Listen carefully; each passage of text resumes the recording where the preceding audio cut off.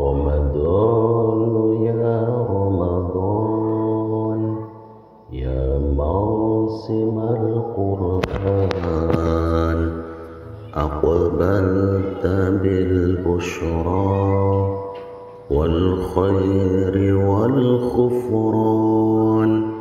يا إخوتي هيا صوموا معي رمضان، هيا بنا نعمل للواحد الديان. رمضان أنوار تهدي إلى الإيمان، هيا نحييه